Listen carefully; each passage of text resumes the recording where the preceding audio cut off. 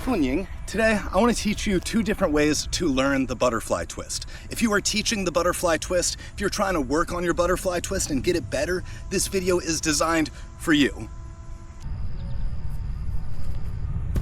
First, we have a drill-based progression for the butterfly twist.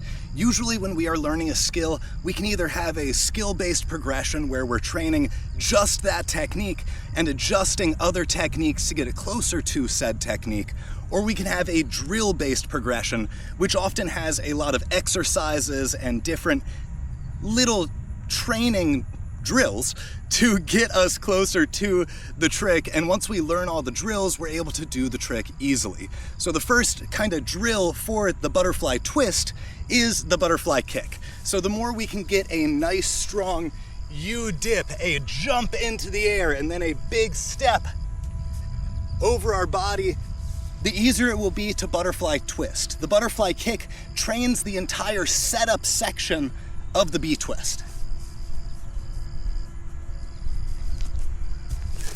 So if we have a nice strong butterfly kick, the next few drills are the airplane jump and the grounded twist. So to do a grounded twist, when I do a butterfly twist, I dip and I kick my right leg up behind me to generate that upwards momentum. I'm gonna do a right leg in the back lunge to a twist. Now I'm gonna start very vertical with my chest up, and then I'm gonna slowly dip more and more, because our goal is to emulate the butterfly twist. When we do a butterfly twist, we do that U-dip, we get into this position similar to a lunge, but with that leg behind us that's up in the air. We then jump and twist around this leg to land and swing into the next trick or vanish or whatever we're doing our butterfly twist into. So if we're able to do a nice grounded twist, it does a great job of training the landing for the butterfly twist when we're able to do it. The third drill is the airplane jump. So I'm gonna start, this is the leg that I normally push off of to do my bee twist. I'm gonna start here and just do a little jump and return. Now if that feels comfortable, I can do an airplane jump and do a little bit of a twist to a break fall. Airplane jump, spin, little break fall. I'm training what to do if I fall on the butterfly twist technique. Now I'm gonna do that same thing, but I'm gonna add a little bit more to do it like a grounded twist.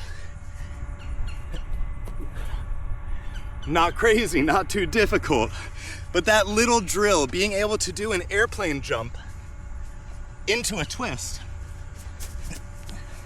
might seem kind of silly, might not look like a butterfly twist, but if we're able to do that, able to do the grounded twist and have a nice high butterfly kick, shouldn't be that bad to do the butterfly twist.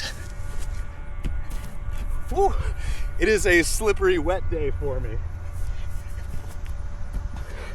Good training though. Now we're gonna go into a skill-based progression. When we do a drill-based progression, we're doing a lot of drills that share the kinematics and the movements of the butterfly twist that just are slightly easier than the butterfly twist. Then when it comes time to butterfly twist, should be nice and easy. When it comes to a skill-based progression, we are just working on a beginner level butterfly twist that barely even counts as a butterfly twist, and we're working up to a nice, clean, Wusu style bee twist. So we're gonna start with a super chill, keep the chest up the whole time. We're just gonna turn and face this leg towards the kind of wall to our front, and we're gonna jump and do a little 360. That little turn to step and twist around this leg is kind of what we do when we do a butterfly twist. Now this doesn't look like a butterfly twist. This is what I would call a beginner butterfly twist. Now we're gonna do that same thing, but we're gonna add a little bit more of a flip. We're gonna dip our chest a little bit lower and kick that back leg up a little bit higher. Still trying to do a butterfly twist, but not getting that flat inversion, being pretty vertical still. Now I'm gonna add a little bit more of a flip. Now I'm gonna add a little bit more of a flip. And before you know it, we're doing a butterfly twist. Taking the skill itself and kind of taking it from a more inverted, vertical kind of stepping through it fashion and adding power and inversion slowly is one of the best ways to learn a skill. I don't recommend someone completely follow a drill-based progression. I don't recommend someone completely follow a skill-based progression. I recommend people learn both and train one and the other to figure out which works best for them. We're all individuals. The easy way for you to train might not be the easy way for me to train, and same with someone else. What is easy for me may be hard for them. What is hard for me may be easy for them. Understanding the differences and choosing whichever progression works best for the individual is always what I recommend. How to add power. So power in any trick can come in the form of more height, more flip, or more twisting power. So I'm gonna talk about all three of these. If we wanna get more height in the butterfly twist, best way to do it is to jump off that base leg even harder. Kick back with that kicking leg even harder and focus on timing the push with the arch in the kick all at the same time to really lift one off the ground. Now, how to add twist. Whenever we are twisting, we're bringing our arms in toward one side. It is adding all the motion together and bringing all of the body towards one direction that creates the spin. If my arms go the opposite direction of my hips, I don't really twist at all. Everything needs to work together, and the more our body can work together to push everything to one side and generate that angular momentum, the easier it will be to twist, and the more power we will have when twisting. Now, how to add more flip? Well, this is a butterfly kick. We don't really need to add flip with a butterfly kick, but we can do an aerial twist instead of the butterfly twist. So we can think of a butterfly kick, flat to the ground, B-twist, twisting around flat.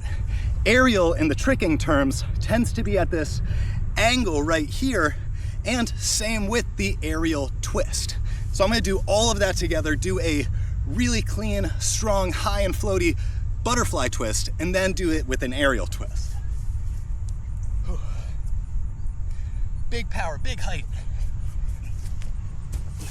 Ooh, I could have swung that one. That one felt good. That was a butterfly twist.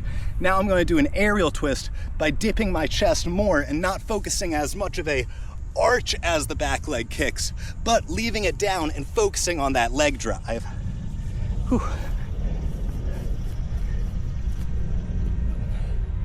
The difference between a aerial twist and a butterfly twist can sometimes be razor thin, because in reality it's just this axis of inversion that we get to play with, where like this is our head, this is our hips, this is butterfly twist, aerial twist, Webster twist.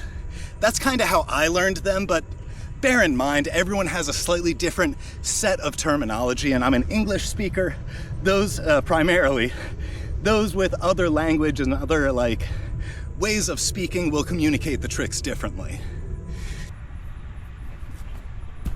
Butterfly twist can be a rather intimidating trick, but in reality, it's not that bad. I believe you can butterfly twist. I believe so many people can butterfly twist. They just haven't tried it yet or explored the technique enough to figure it out. It's not that hard of a trick. I put it kind of in the mid-tier range. It's a green belt trick. It is not too difficult, not too challenging. That said, to do a strong butterfly twist that we can then do a double butterfly twist and then a triple butterfly twist, that's where things scale up exponentially and tricking just gets harder. That said, if you can butterfly twist, you're about halfway to a tricking black belt in my brain. Thank you guys so much for watching. Please have a lovely day. Do good things.